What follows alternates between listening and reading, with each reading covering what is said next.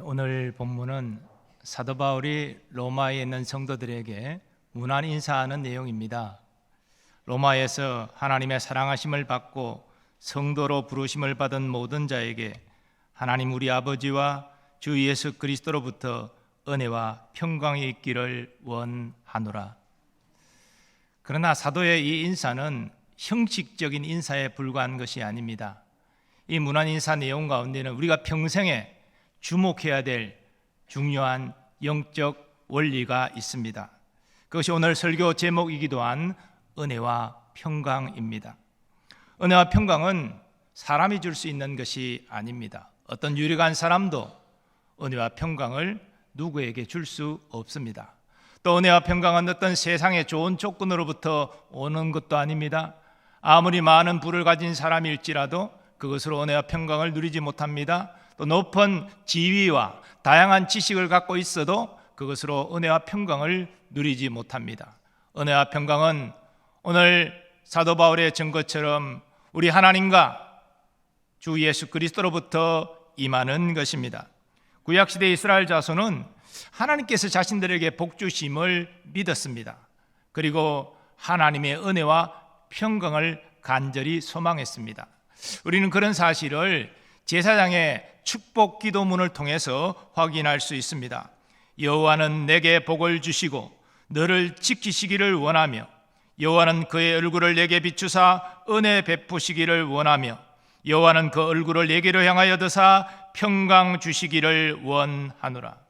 하나님이 이스라엘 자손과 하나님 사이에 세운 제사장이 이스라엘 자손을 위해 축복할 때에 세 가지 내용, 하나님의 복과 하나님의 은혜와 하나님의 평강을 기원했습니다. 근데 신약시대에 이르러 이 하나님의 복은 예수 그리스도를 통해서 택한 자에게 임합니다. 하나님이 주시는 은혜와 평강도 예수 그리스도를 통해서 택한 자에게 임하게 됩니다. 그래서 바울은 로마 성도들에게 하나님 우리 아버지와 주 예수 그리스도로부터 은혜와 평강이 있기를 기원하였습니다. 그러면 은혜가 무엇입니까? 은혜가 무엇이라고 생각하십니까? 은혜로 번역된 헬라어 카리스는 상당한 값을 지불했거나 노력의 대가로 주어지는 보상과는 다른 아무것도 받을 자격이 없는 자에게 주어지는 하나님의 선물입니다. 그래서 우리의 구원은 하나님의 은혜인 것입니다. 하나님께서 창세전에 우리를 하나님의 자녀로 예정하셨습니다. 그리고 첫사람 아담이 범죄하기 전에 그의 범죄와 타락을 미리 아시고 구원의 계획을 세우셨습니다. 그리고 범죄한 이후에는 선지자를 통하여 그의 아들에 관하여 성경에 미리 약속하셨습니다. 그리고 하나님의 독생자가 하나님의 때에 이 땅에 자기를 비우시고 성육신하셨습니다. 율법 아래 거하셔서 우리를 위하여 율법을 지키셔서 하나님의 의를 이루셨습니다. 뿐만 아니라 죄 없는 의로운 독생자가 우리의 죄를 대신 지고 십자가에서 우리가 받아야 될 저주와 심판을 대신 담당하여 죽으셨습니다. 하나님은 그 의로운 독생자를 하나님의 능력으로 부활시키셨습니다. 그리고 성천하신 예수님이 우리에게 성령을 보내사 우리를 거듭나게 하시고 회개하게 하시고 그리고 예수 믿게 하셔서 구원하셨습니다. 이 모든 것은 우리가 원했기 때문이 아닙니다. 우리가 간절히 구했기 때문이 아닙니다. 하나님이 그 주권적인 뜻대로 결정하시고 행하신 것입니다. 하나님이 이렇게 하나님의 택한 자들을 사랑하십니다. 죄인인 우리를 조건 없이 사랑하셨습니다. 하나님이 세상을 이처럼 사랑하사 독생자를 주셨으니 이는 그를 믿는 자마다 멸망하지 않고 영생을 얻게 하려 하심이라. 하나님이 세상을 사랑하셨는데요, 이 세상은 우리가 눈에 보이는 이러한 지구를 말하는 것이 아니라 그 지구에 사는 사람들, 곧 하나님을 떠난 죄인들을 의미합니다. 하나님이 그들을 조건 없이 사랑하셔서 독생자를 보내신 것입니다. 그 독생자를 십자가에서 희생하신 것입니다. 그리고 장사된 지 3일 만에 부활시키신 것입니다. 그리고 성천하신 예수님이 성령을 우리에게 보내사 우리를 예수 믿게 하시고 구원받게 하신 것입니다. 이 모든 것은 받을 자격 없는 죄인인 우리에게 베푸신 하나님의 은혜입니다. 그래서 바울은 로마 신자들에게 너희가 하나님의 사랑하심을 받고 성도로 부르심을 받은 자다라고 증거한 것입니다. 이 말은 달리 표현하면 너희가 하나님의 은혜로 구원받은 자이니라 라고 말한 것이죠. 그런데요, 하나님의 은혜는 구원에만 필요한 것이 아닙니다. 구원받은 자의 삶에도 하나님의 은혜가 필요합니다. 여러분과 저는 하나님의 은혜 없으면 살아갈 수가 없는 존재들입니다. 그리고 우리는 이 하나님의 은혜를 경험함으로 하나님이 주시는 평강을 누릴 수 있습니다. 앞서 말씀드린 대로 이 평강은 돈이 많다고 살 수 있는 것이 아닙니다. 사실 부자들은 자신의 돈을 지켜야 되기 때문에 더 걱정이 많은 법이에요.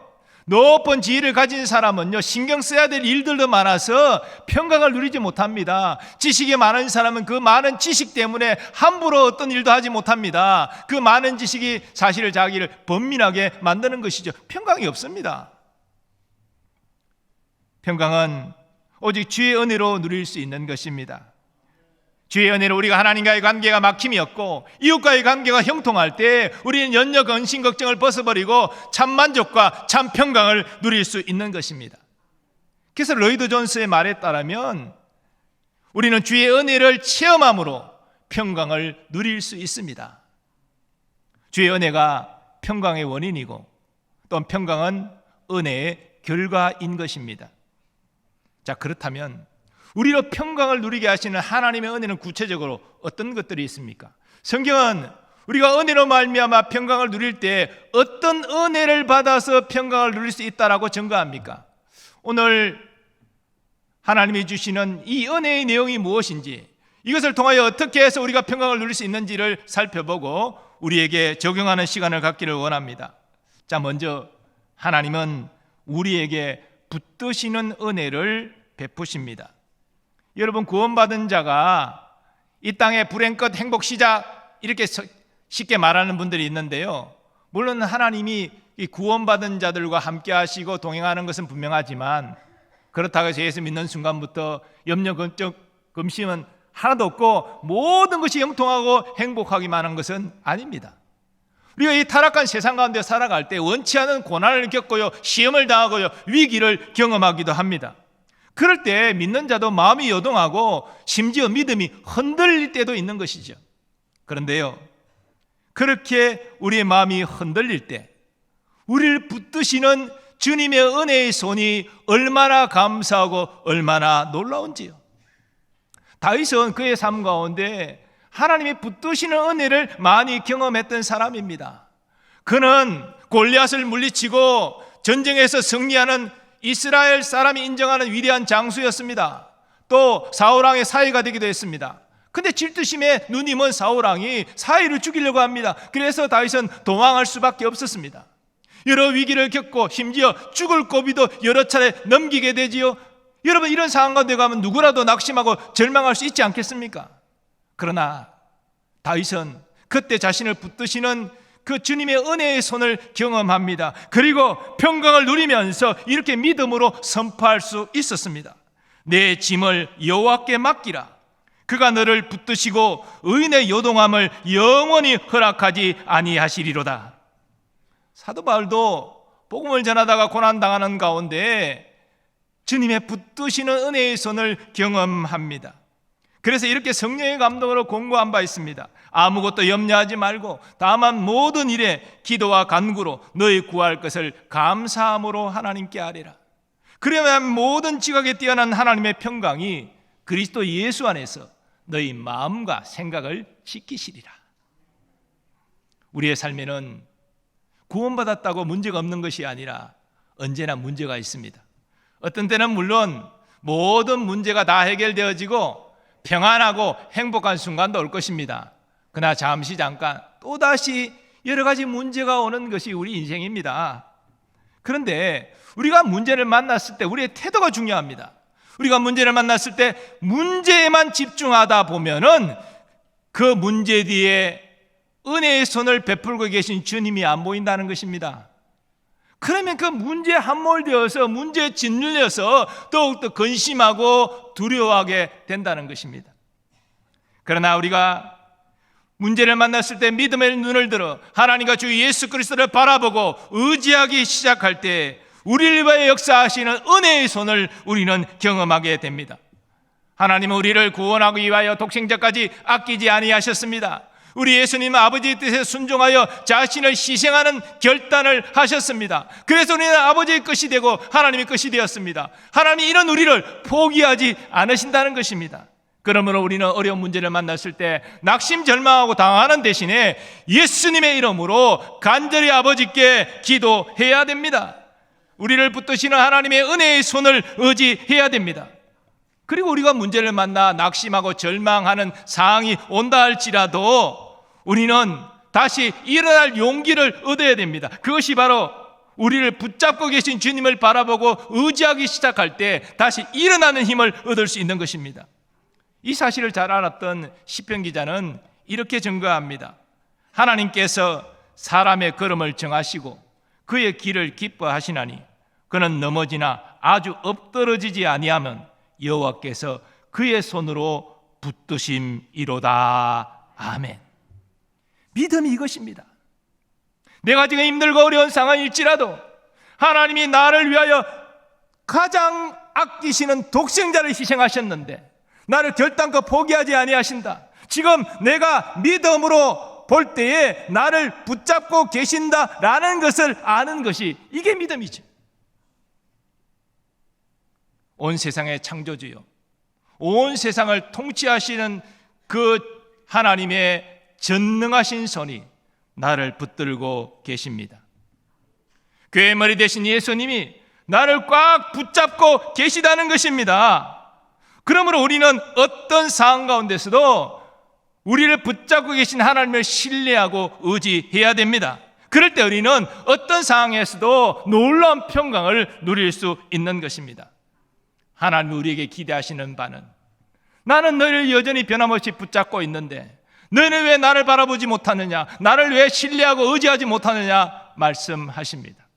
어떤 어려운 상황 가운데서도 독생자를 희생하여 하나님의 소유로 나를 삼으시고 나를 꽉 붙잡고 계신 하나님의 선하고 전능하신 손을 믿음으로 바라보시고 신뢰하고 의지하는 여러분 되시기 바랍니다.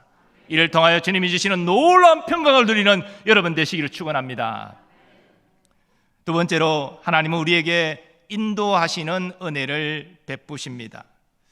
하나님은 환난 많은 이 세상, 타락한 이 세상 가운데 자기 백성을 끝까지 인도하여 주십니다.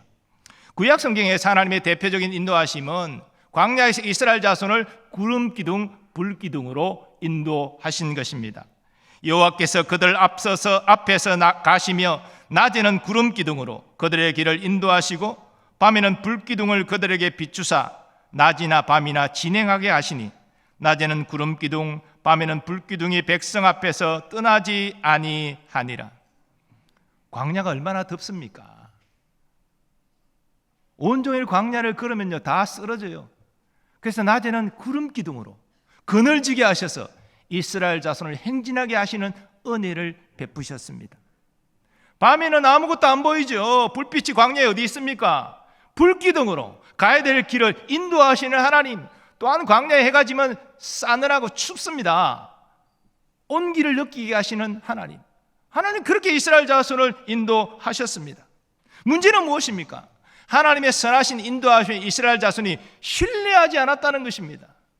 하나님은 저들에게 광야를 행진할 때에 먹을 것을 끊어지지 않도록 공급하여 주셨고 발에 신발이 닳지 않도록 도와주셨고 그렇게 해서 가나안 땅까지 접경까지 인도하여 주셨는데 아니 정탐꾼을 보내서 10명의 정탐꾼의 부정적인 보고를 듣고 하나님 우리 여기까지 인도해서 죽이려고 하는구나 원망불평했습니다. 애굽으로 돌아가자 이랬습니다. 하나님의 선하신 인도하심을 신뢰하지 않은 것이죠. 가나안 땅을 주시겠다는 약속을 신뢰하지 않은 것입니다.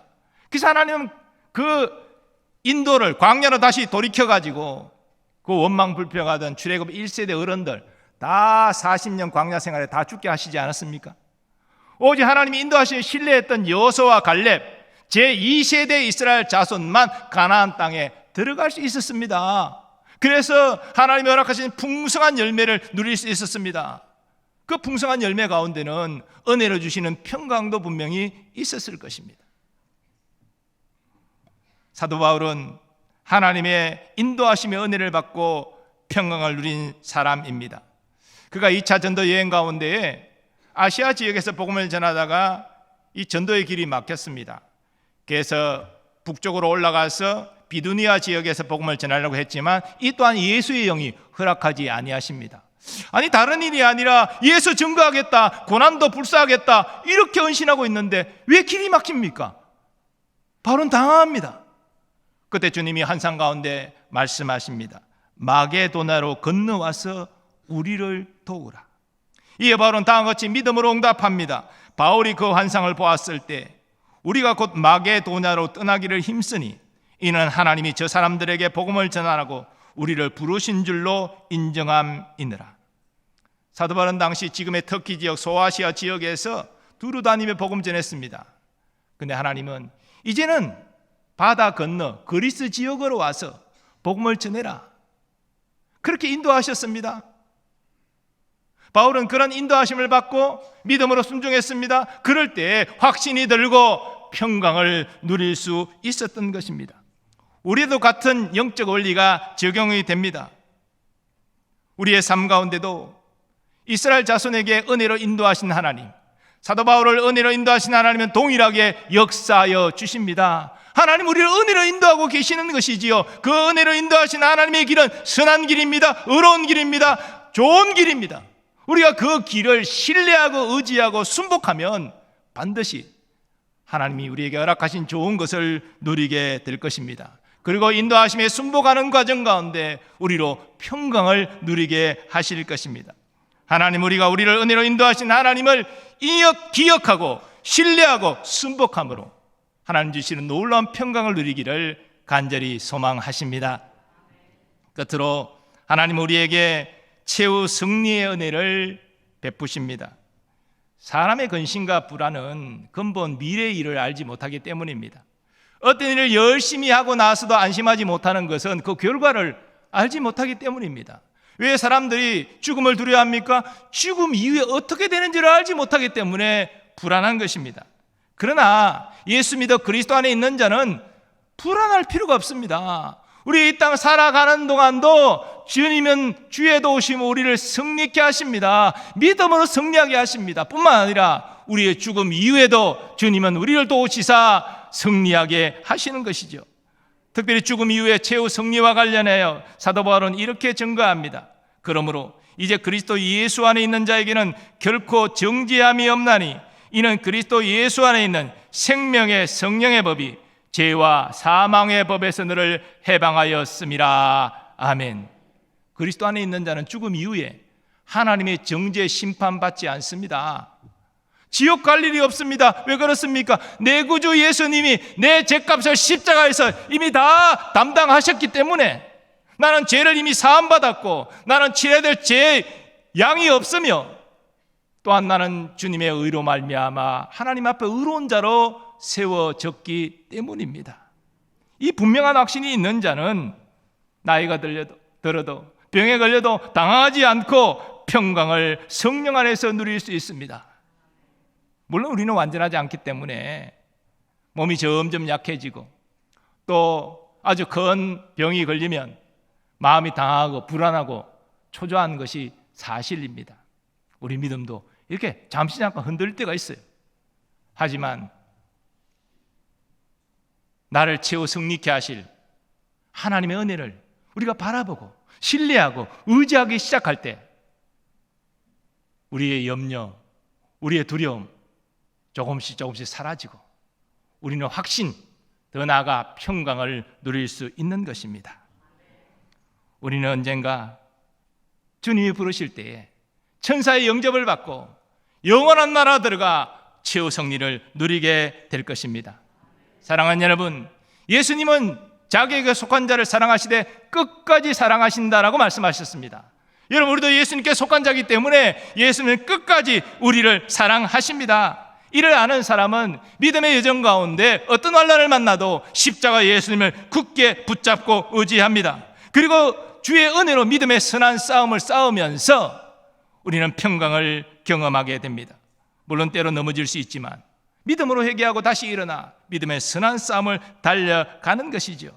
주님과 함께하는, 그래서 멸류관을 맞는 최후 승리를 확신하기 때문입니다. 지금의 고난도 주님께서 다 아시고 합력하여 선을 이루어 주실 것을 알기 때문입니다. 우리의 죽음도 영원한 영광으로 가는 그러한 문을 여는 것에 불과한 것임을 우리가 알기 때문입니다.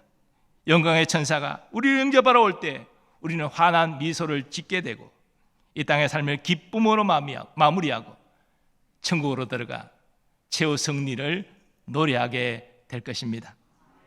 사랑하는 여러분, 영적 생활의 핵심이 무엇입니까? 영적 생활의 핵심은 주의 은혜를 아는 것이고 주의 은혜로 말미암아 평강을 누리는 것입니다. 여러분은 주의 은혜를 아십니까? 우리를 구원하신 주의 은혜를 아십니까? 구원받는 우리를 붙드시고 인도하시고 승리케 하시는 주의 은혜를 과연 아십니까? 이 은혜를 알고 이 은혜를 의지함으로 평강을 누리고 계십니까? 여러분, 이 복락은 세상 사람들은 알 수도 없고 누릴 수도 없는 것입니다. 오직 하나님의 은혜로 구원받은 하나님의 자녀만이 이 기쁨과 이 평강을 누릴 수 있는 것입니다. 하나님은 그리스도 안에서 우리를 구원하신 것이 최종 목적이 아닙니다. 하나님 우리의 은혜로 구원하신 건 맞지만 하나님은 우리가 새하늘과 새 땅에서 우리의 완전한 구원의 완성을 이룰 때까지 계속 일하고 계시는 것이지요. 그 일하심이 은혜로 우리에게 나타나는 것입니다. 하나님은 그 크신 사랑으로 흔들리는 우리를 견고히 붙잡는 은혜를 베풀고 계십니다. 우리가 어떻게 행해야 될 바를 알지 못할 때 우리의 의의 길로 진리의 길로 인도하시는 은혜를 베풀고 계십니다. 이 땅의 많은 싸움 가운데서도 믿음으로 승리하게 우리에게 은혜 베풀어 주시고 이 땅의 삶을 다 마무리할 때 기쁨으로 영광의 나라 들어가 최후 승리를 노래하도록 은혜를 베풀고 계십니다. 그러므로 그리스도 안에 있는 우리는 은혜의 하나님을 신뢰하고 의지해야 됩니다. 어떤 어려움 속에서도 하나님의 영원한 팔을 신뢰하고 의지하는 여러분 되시기 바랍니다. 그럴 때 우리는 주님이 주시는 놀라운 평강을 누릴 수 있는 것입니다. 찬송가 406장은 이러한 사실을 잘 묘사하는 찬양입니다. 고난 내 영혼 편히 쉴 곳과 풍랑 이뤄도 안전한 포구, 폭풍까지도 다스리시는 주의 영원한 팔 의지에 주의 영원한 팔 함께하사 항상 나를 붙드시니 어느 곳에 가든지 요동하지 않음은 주의 팔을 의지함이라. 아멘. 우리 1절만 함께 우리 고백하고 찬양하겠습니다.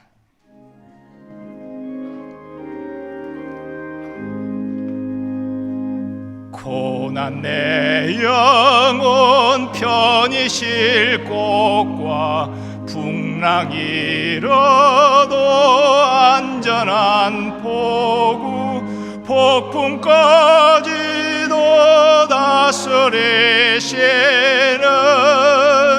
주의 영원한 팔 의지에 주의 영원하신 팔 함께하사 항상 나를 붙드시니 어느 곳에 가든지 요동하지 않음은 주의 팔을 의지함이라.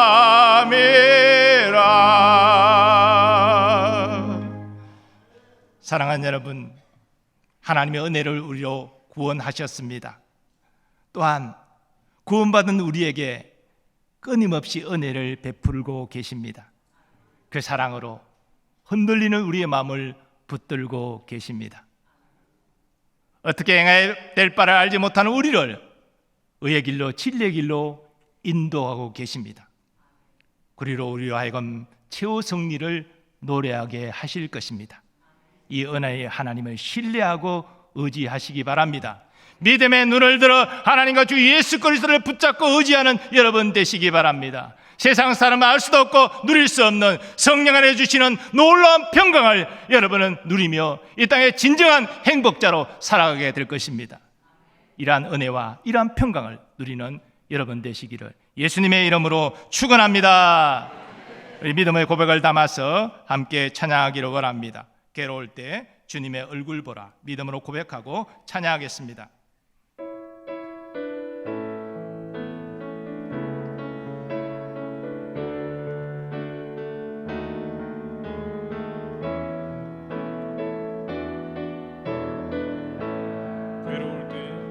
괴로울 때 주님의 얼굴 보라, 평화의 주님 바라보아라. 세상에서 시달린 친구들아, 위로의 주님 바라보아라. 눈을 들어 주를 보라. 눈을 들어 주를 보라. 내 모든 염려 주께 맡겨라. 슬플 때에 주님의 얼굴 보라. 사랑의 주님 안식 주리라. 우리 다 일어나서 고백하고 찬양하겠습니다. 힘이 없고 내 마음 연약할 때 능력의 주님 바라보아라. 주의 이름 부르는 모든 자는 힘 주시고 늘 지켜주시. 우리 손 들고 고백하고 찬양하겠습니다. 눈을 들어 주를 보라. 내 모든 염려 주께 맡겨라. 슬플 때에 주님의 얼굴 보라. 사랑의 주님 안식 주리라. 눈을 들어 주를 보라. 내 모든 염려 주께 맡겨라. 슬플 때에 주님의 얼굴 보라. 사랑의 주님 안식 주리라. 우리의 믿음으로 고백하며 기도하기를 원합니다. 하나님, 우리를 은혜로 구원하실 뿐 아니라 구원받은 우리를 붙드시고 인도하시고 승리케 하시는 은혜를 베풀고 계십니다. 문제에 함몰되지 않고 문제에 붙드시고 인도하시고 승리케 하시는 은혜의 손을 바라보시기 바랍니다. 신뢰하고 의지하시기 바랍니다. 우리로 평강을 누리게 하시고 승리하여 하나님께 영광 돌리게 하실 줄 믿습니다. 우리의 믿음의 고백을 담아서 주여 한번 외치고 기도하겠습니다. 주여, 오 주님, 주의 은혜로 우리를 구원하셨습니다. 구원받은 우리를 하나님과 붙드시고 인도하시고 성vic게 하시는 은혜를 베풀고 계심을 내가 믿나이다. 오 주여, 우리의 인생 나그네들 환난과 어려움 당할 때 없지 않아 있을지라도 주여 믿음으로 주님의 전능하신 손과 그 은혜의 손을 믿음으로 바라보고 신뢰하고 의지하게 하여 주옵소서. 믿음으로 순종하고 의지하는 자에게 주여 함께하여 주시고 아버지 놀라운 평강을 누리게 하여 주심을 내가 믿나이다. 우리 아버지, 우리에게 주시는 그 놀라운 평강 오직 우리 하나님과 예수 그리스도를 통하여 우리에게 임함을 내가 믿사오니 주여 믿음으로 주님을 신뢰합니다. 의지합니다. 순복합니다. 우리의 길을 아버지와 붙드시고 인도하시고 승리케 하여 주옵소서. 은혜를 말미암아 놀라운 평강을 누리는 주의 백성들 되게 하여 주시옵소서.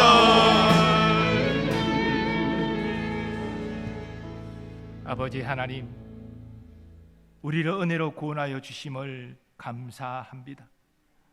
구원받은 우리의 삶도 주님께서 붙드시고 인도하시고 승리케 하시는 은혜를 베풀어 주심을 감사합니다. 이제는 믿음의 눈을 들어 환경과 어려움에 함몰되지 않게 하시고 우리를 붙드시고 인도하시고 승리케 하시는 주님의 전능한 손, 영원한 팔을 의지하는 우리가 되게 하여 주옵소서. 이를 통하여 하나님의 뜻을 이루게 하시고 하나님 주시는 놀라운 기쁨과 평강으로 충만한 이 땅에 하나님 나라를 경험하는 삶을 살게 하여 주옵소서. 하나님, 이 시간 믿음으로 선포합니다. 우리의 삶과 우리 가정을 얽매이고 있는 모든 어둠의 세력들 예수의 이름으로 물러가게 하여 주옵시고 하나님의 거룩한 역사가 임하게 하여 주옵소서. 특별히 우리의 자녀 손들, 저들의 학업과 진학, 취업, 결혼, 잉태, 출산 모든 것들이 주의 선한 도우심의 손길 아래 하나님 은혜를 베풀어 주시옵소서. 특별히 또한 군복무 중에 우리의 자녀들을 기억하여 주시고 국방 의무를 잘 감당하고 건강한 몸으로 가정으로 돌아올 수 있도록 은혜를 베풀어 주옵소서. 오늘도 선교지에서 하나님의 복음을 위해 수고하는 모든 선교사님들과 그 가족들을 지켜 보호하여 주시고 언제나 주의 능력으로 충만케 하여 주시옵소서. 주의 몸된 교회를 수고하고 섬기는 모든 주의 종들에게도 한량없는 은혜와 복을 베풀어 주옵소서. 특별히 이 시간 우리나라를 위하여 기도합니다. 하나님, 장마비 그 비를 감하여 주옵시고 아버지, 인명피해 또 여러 재산 손실 슬픔 가운데 있는 이들을 위로하여 주시고 하나님, 저들의 모든 그 무너진 그러한 것들을 회복할 수 있도록 도움의 손길을 허락하여 주옵소서. 또한 아버지, 이 자연재해 앞에 우리 인간의 약함을 깨닫고 겸손케 하시고 슬픔을 당한 가정과 그들을 위하여 간절히 기도하는 우리가 되게 하여 주옵소서. 남북의 평화 복음 통일을 꼭 이루어 주옵시고 통일된 나라에서 함께 하나님을 예배하고 함께 주의 복음을 증거하는 거룩한 선교 민족 되게 하여 주시옵소서. 여호와는 내게 복을 주시고 너를 지키시기를 원하며 여호와는 그의 얼굴을 내게 비추사 은혜 베푸시기를 원하며 여호와는 그 얼굴을 내게로 향하여 드사 평강 주시기를 원하노라. 아멘.